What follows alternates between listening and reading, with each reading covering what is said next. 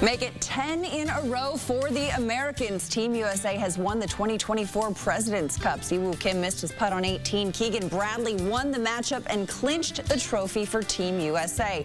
Keegan said afterwards, quote, "I was the losing point in my last Ryder Cup, so this is special."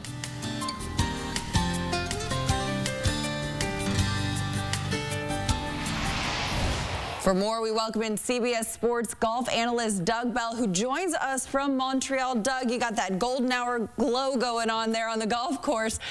Make it 13 President's Cups and 15 tries for USA. What was your biggest takeaway from how they were able to get the win in Montreal this week?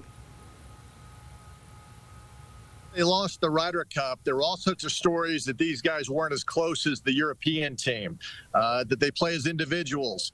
That's not true. I mean, these guys are tight, and I learned that spending time with them throughout the week, and I think that came to the forefront today. And in the end, it was a dominant performance for the United States team, and I think this will carry them well into the Ryder Cup at Bethpage Black in a year. But all in all, they did it despite the #1 player in the world losing today to Hideki Matsuyama, talking about Scotty Scheffler. But this is a deep team, a strong team. And I like the fact that a guy like Russell Henley got to play for the first time. Sahith Theegala got to play for the first time. 4 rookies on this United States team. So I think they're developing talent, and I think this team will go on. I think this performance will help the United States in team competition in the future. Well, and you mentioned the team competition, the way this one started. The U.S. opened with a 5-0 sweep. The internationals the next day answered with a sweep of their own. This was a very eventful tournament here. But Keegan Bradley, of course, a member of this team, he got the clinching point. As I mentioned earlier, he pointed out that he was the losing point for the Ryder Cup the last time he was out there for that in that international competition. He's going to be the captain at the next Ryder Cup. So that parity, that storyline isn't lost. What were your thoughts, though, on the way that this group was managed? Well, Madeline, speaking of Keegan Bradley, it was a storybook finish for him, and I interviewed him right after he hit that, got the clinching putt for the United States. He was emotional. He loves this competition. He felt this was the biggest moment in his golfing career, and he told me if this was the last time he could play golf, he would take it. I mean, think about that statement in itself. The fact that he wasn't even anywhere on Jim Furyk's radar screen, wins the BMW, makes it to the final 30, gets the call to be on the President's Cup unexpectedly, and was unexpectedly chosen as captain for the Ryder Cup team. As he told me, he said, "Doug, this is a movie. I can't believe that I'm the star of this unexpected motion picture." So that's the thing, Madeline, that I got the most from interviewing Keegan and the other guys. Listen, golf is an individual sport, but this was like the Super Bowl. They were like a football team that won the Super Bowl. That's what I got. It's very meaningful for these golfers who go out every day individually, hammer balls and practice.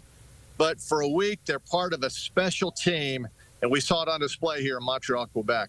Absolutely. A special team building a dynasty. As we mentioned, 13 of 15 of these have gone to Team USA. But as we look ahead to next year's Ryder Cup, is there a newcomer who maybe you noticed in this field who presented himself well for future team events in your mind? Well, 2 guys already mentioned. I like Russell Henley. First time he's ever played an international competition. He's another one of those Georgia Bulldogs. The football game last night notwithstanding. But he's a tough-nosed guy. And I thought he played really well with Scotty Scheffler. And Sahith Theegala didn't win a point, but he said he was so nervous, but he has no doubt in his mind this is going to help his game, and he's going to do everything in his power to be on that Ryder Cup team. And let's not forget now, Jordan Spieth, coming off surgery, wasn't on this President's Cup team. Justin Thomas was not on this President's Cup team. I know they are going to work really hard to be on that Ryder Cup team, which is going to be an even stronger team than this one that won the President's Cup. And let's not forget, Bethpage Black, New York City.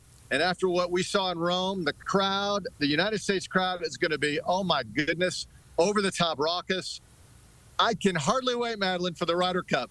Let's bring it on as soon as possible. It is going to be awesome because this was an awesome week, but the Ryder Cup, it's ×2. 2025 Ryder Cup can't come soon enough. CBS golf analyst Doug Bell, thanks so much for the insight.